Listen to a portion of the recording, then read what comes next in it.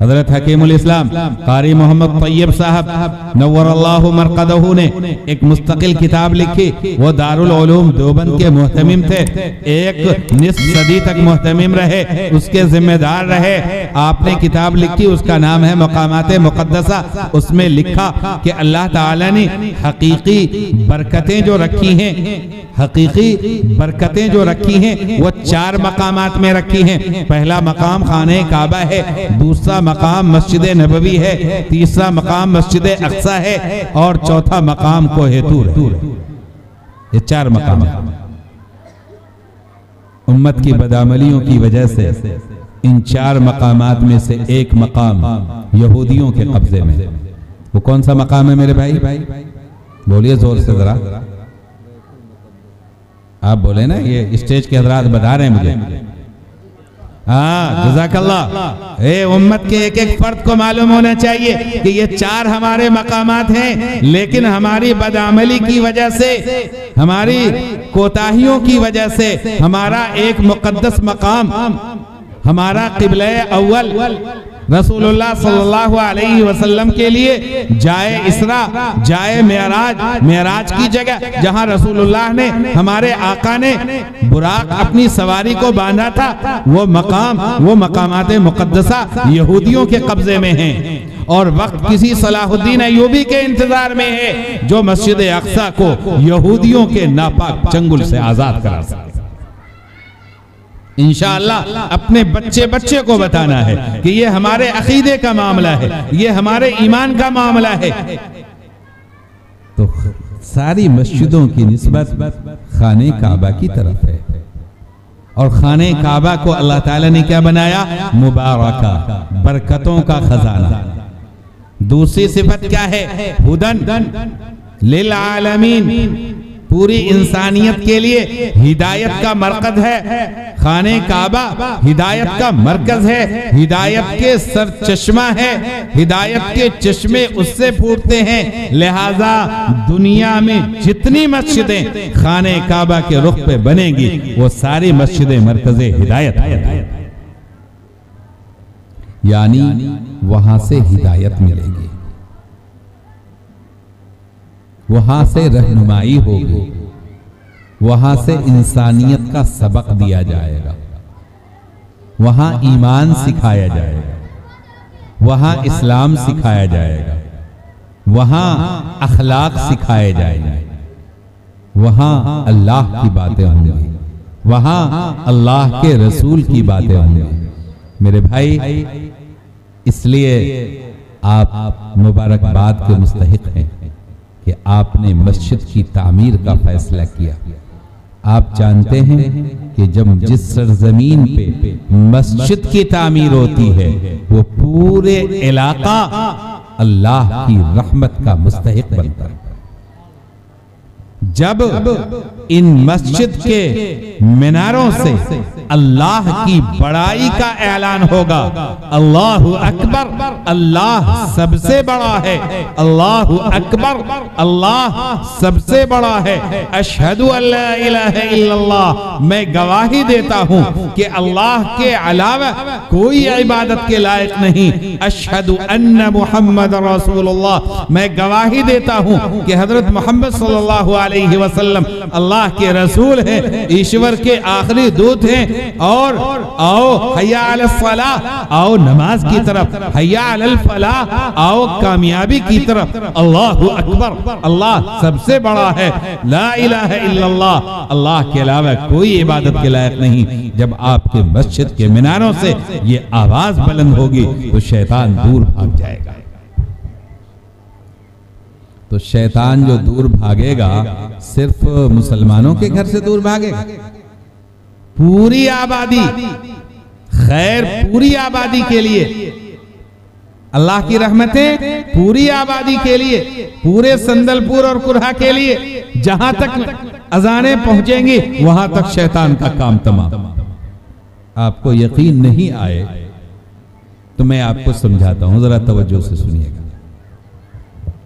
एक शख्स है, उसको जिन ने पकड़ लिया, भूत ने पकड़ लिया। अब वो भूत खेली कर रहा, वो किसी को पहचानने के लिए तैयार नहीं, सबको उठा के पटक देता है, वो भूतखेली कर रहा है। उसको पकड़िए और उसके कान में अजान दीजिए सही तौर पे, जैसे मुअज्जिन साहब अजान देते हैं।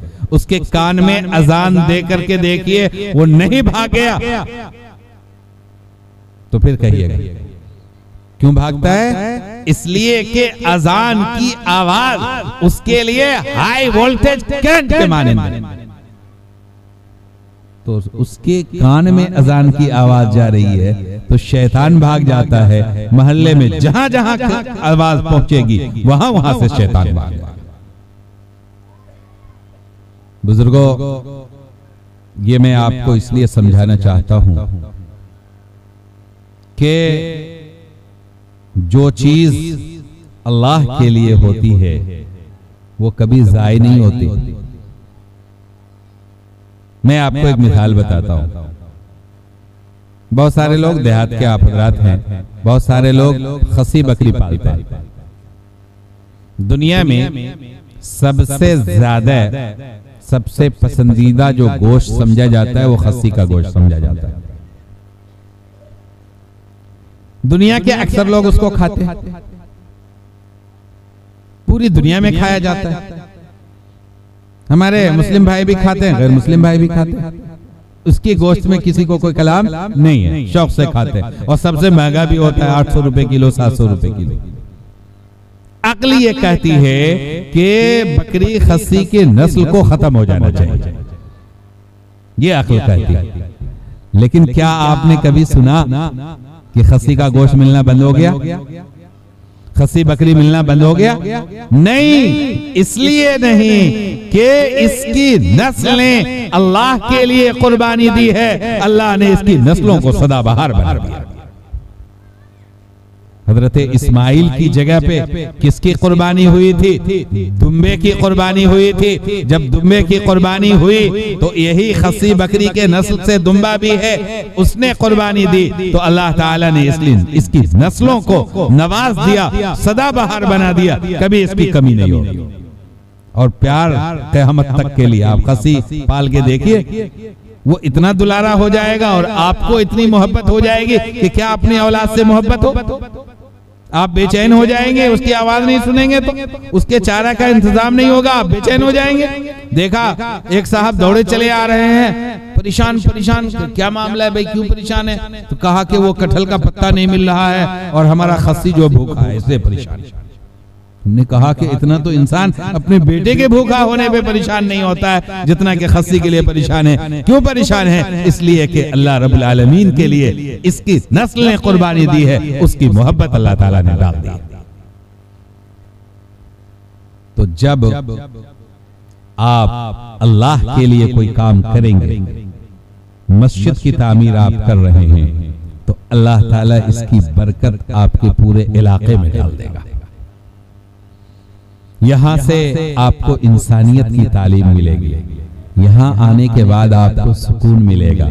घर में नमाज पढ़िएगा तो एक रकत पढ़िएगा, 1 रकत का सवाब। मस्जिद में आके जमात के साथ पढ़िएगा, 70 नमाजों का सवाब मिलेगा। बाद रिवायतों में 40 नमाजों का सवाब मिलेगा। मेरे भाई, मस्जिद में आने के बाद ये अहमियत क्यों पैदा हो गई? इसलिए कि मस्जिद खालिस अल्लाह के लिए, लेकिन शर्त यह है कि दिल में इखलास हो, तकवा हो, अल्लाह को खुश करने का जज्बा हो। इसलिए कि जो अल्लाह के लिए होता है ना, उसी को अल्लाह कबूल करता है, उसमें फिटवाल माल नहीं चलता। अल्लाह के यहाँ इन्नल्लाह तय्यिबुन, यकीनन अल्लाह की जात क्या है? पाक है, पाकीज़ा है। ला यक़बलु इल्ला तय्यिब, वो पाकीज़ा के अलावा कुछ कबूल ही नहीं करता। लिहाजा मस्जिद में आप ज़कात का माल नहीं लगा सकते, सदका फितरा का माल नहीं लगा सकते, चिर में कुर्बानी का पैसा नहीं लगा सकते। और वो शादी में जो जबरदस्ती आप लोग वसूल करते हैं, वो किस अधिकार के तहत भाई? जबरदस्ती तो कहीं नहीं चलती। और वो भी अगर वो पैसा वसूल हो जाए, वो मस्जिद में लगाए, अल्लाहु अकबर, अल्लाह के नाम पर अल्लाह पाक है, पाकीज़ा है, लिहाजा ये जबरदस्ती तो दुरुस्ती नहीं है। रसूलुल्लाह सल्लल्लाहु अलैहि वसल्लम ने इरशाद फरमाया, मुस्नद अहमद इब्न हंबल की हदीस है, ला यहिल्लु लिम्राइन मालु अखीही इल्ला बितीबि नफ्सिही, के किसी इंसान के लिए, किसी भी इंसान के लिए उसके भाई का माल हलाल होगा ही नहीं जब तक के खुश दिली के साथ ना दे। दिल खुश है, खुश हो करके दिया है तो वो आपके लिए प्योर है। लेकिन जब आपका दबाव है उसके ऊपर, समाज का दबाव है कि नहीं करेंगे तो बायकाट कर देगा, नहीं देंगे तो परेशान करेगा, इसलिए डर से निकाल के दे रहा है, वो आपके लिए हलाल ही नहीं होगा। खुशदिली के साथ आपका दबाव हो तब भी दे, दबाव ना हो तब भी दे, दोनों बराबर हो उसके लिए तब दे रहा है, इसका मतलब यह है कि खुशी के साथ दे रहा है। बुजुर्गों, अल्लाह रब्बुल आलमीन ने इरशाद फरमाया, मैंने यहीं से शुरुआत की थी कि जो घर अल्लाह के लिए तकवा की बुनियाद पे, तकवा और परहेजगारी की बुनियाद पे, अल्लाह से डरते हुए अल्लाह के कलमे की बुलंदी के लिए जिस मस्जिद की बुनियाद रखी जाए, अल्लाह के यहाँ उसका मकाम इतना बुलंद है कि अल्लाह ताला ने अपने नबी सल्लल्लाहु अलैहि वसल्लम को हुक्म फरमाया, अहक्कु अन तक़ूम फीही लमस्जिदुन उस्सिसा अला तक़वा, कि वो मस्जिद जिसकी बुनियाद तकवा पर रखी गई, वो मस्जिद इस लायक है, हकदार है कि आप उसमें खड़े होकर नमाज पढ़ें। और उनके तकवा की अलामत ये है कि फीही रिजालुन युहिब्बूना अन यततहरू, इसमें ऐसे अल्लाह के नेक बंदे हैं जो पाक रहना चाहते हैं, जो पाकीज़गी को पसंद करते हैं, और अल्लाह ताला भी पाक रहने वाले को पसंद करता है। मेरे भाई, यहाँ पे रुक करके एक बात बताइएगा कि अल्लाह पाक है ना, वो बेऐब है। अल्लाह पाक और बेऐब है, और पसंद किसको करता है? पाक को पसंद करता है, नापाक को पसंद नहीं करता। तो अगर हम पाक चीजों का इस्तेमाल करते हैं, हलाल चीजों का इस्तेमाल करते हैं, तभी तो हम पाक रहेंगे। और अगर नापाक चीज का इस्तेमाल करते हैं तो पाक रहेंगे? नहीं रहेंगे ना। बुजुर्गों, हमारे समाज में जो गंदगियां पाई जाती हैं, जो बुराइयां पाई जाती हैं, इन गंदगियों ने, इन बुराइयों ने हमको, हमारे दिल को, हमारे समाज को गंदा बना दिया। देखें, अल्लाह ताला ने कुरान करीम में फरमाया, इन्नमल खमर वल अंसाब वल अज़लाम रिज्सुम मिन अमल शैतान। ऐ लोगों, ये जो शराब है ना, ये जो जुआ है, ये जो है बदफाली लेना या फाल के तीर निकलवाना, ये सब के सब गंदे काम है, पलीद है, नापाकी है, गंदा है, कचड़ा है, शैतानी काम है। मेरे भाई, ये गंदगी हमारे समाज में कितनी आम होती चली जा रही। कोई शख्स शराब पीता है और जरा भी नहीं सोचता कि इसको अल्लाह ताला ने हराम किया है। अलग अलग नाम रख करके, कोई पोलोथिन का करके, और कोई ताड़ी का के, और कोई दारू का के, और कोई और कुछ का के, उस हराम चीज को, नापाक और गंदी चीज को इस्तेमाल करता है। कितनी नापाक है वो चीज, मैं आपको बताऊं कि आपके घरों पे टंकी होती है ना, 2 साइज होते हैं आमतौर पे, 1000 लीटर का देखा, और कभी 500 लीटर का होता है। तो ये 1000 लीटर पवित्र पानी हो, शुद्ध जल, शुद्ध पिए जल उसमें, और एक बूंद शराब का उस शुद्ध पिए जल में डाल दिया गया, वो पाक रहा या नापाक रहा? बताएं।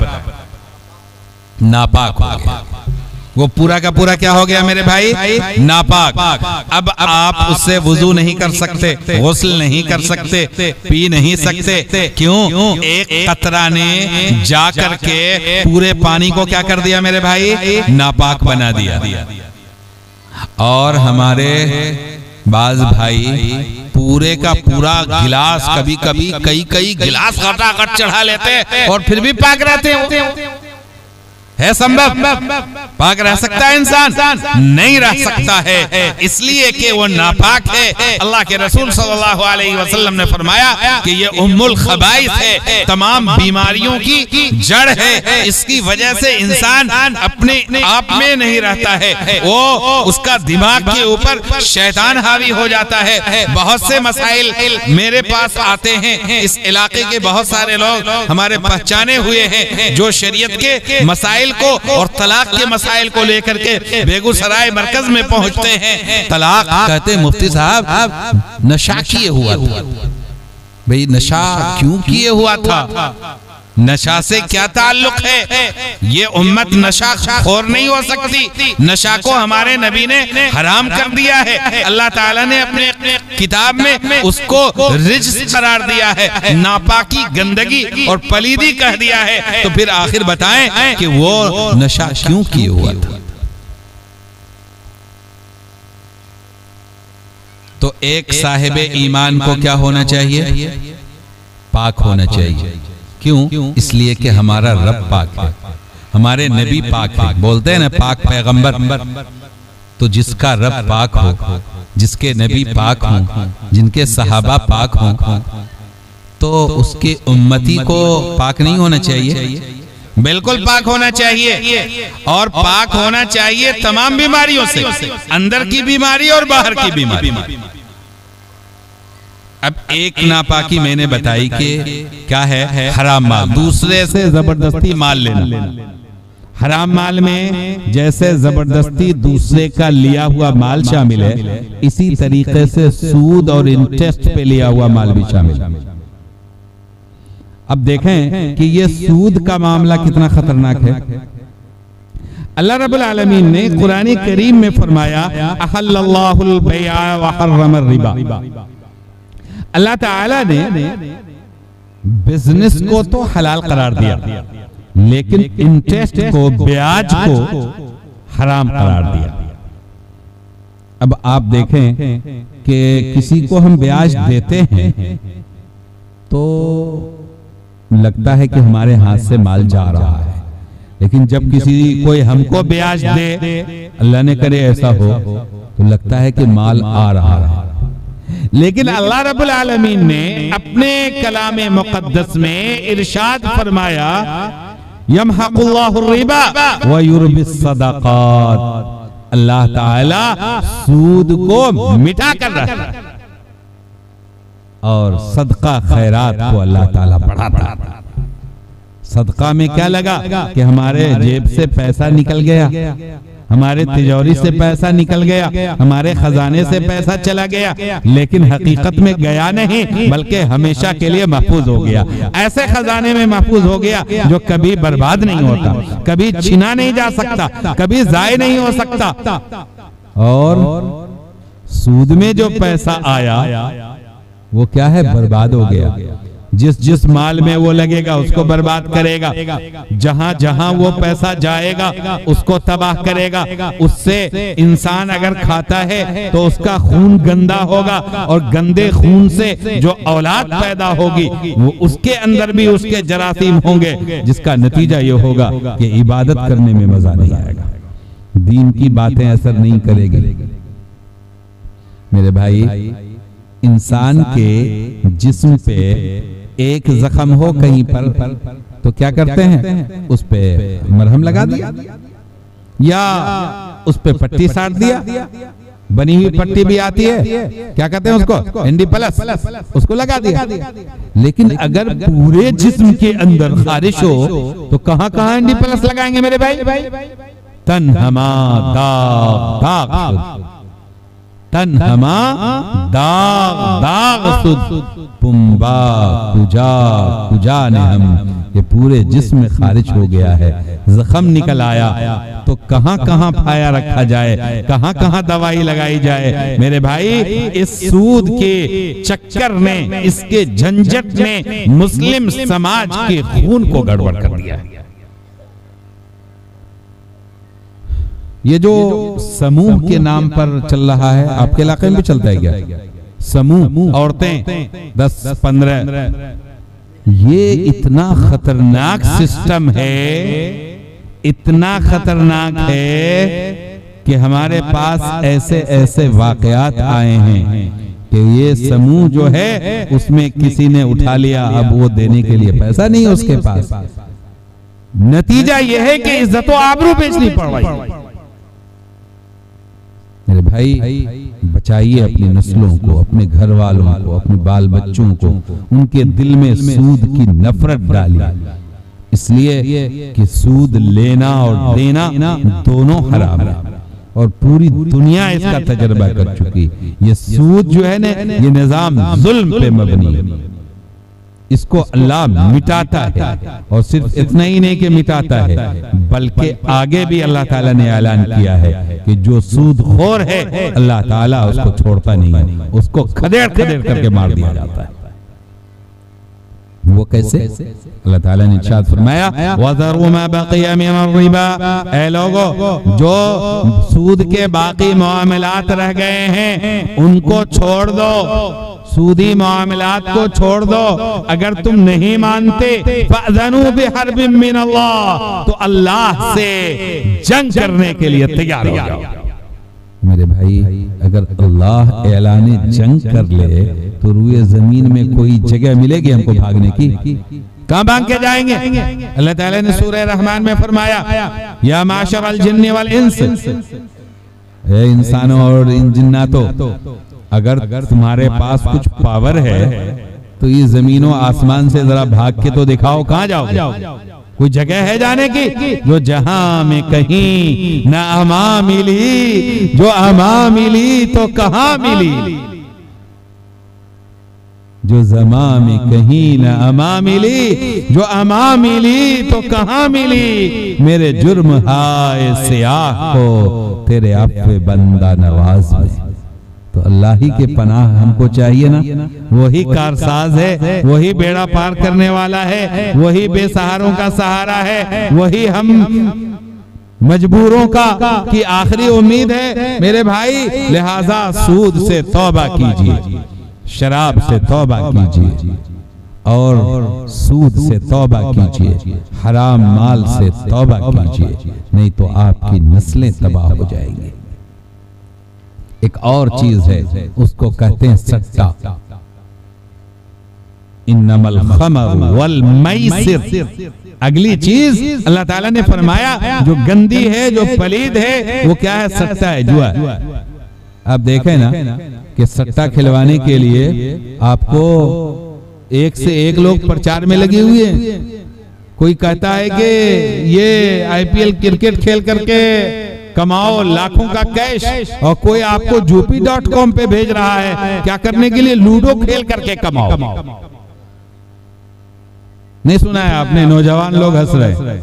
वो कुछ भी खोलिएगा तो ये आएगा jupi.com पे जाकर के क्या करो? लूडो खेलो और लाखों का कैश कमाओ। मेरे भाई, आपका कोई मोहसिन नहीं है, वो सट्टा आपसे खिलवा रहा है, वो आपका वक्त बर्बाद कर रहा है, वो आपके लाइफ से खिलवाड़ कर रहा है। वो जिंदगी के कीमती औकात जो तालीम में लग सकते थे, जो आपको आगे बढ़ने में मुईन और मददगार होते, जो अल्लाह की इबादत में लगते, जो वालिदैन की खिदमत में लगते, उसको लगाया जा रहा है सट्टा खेलने में, जुआबाजी करने में।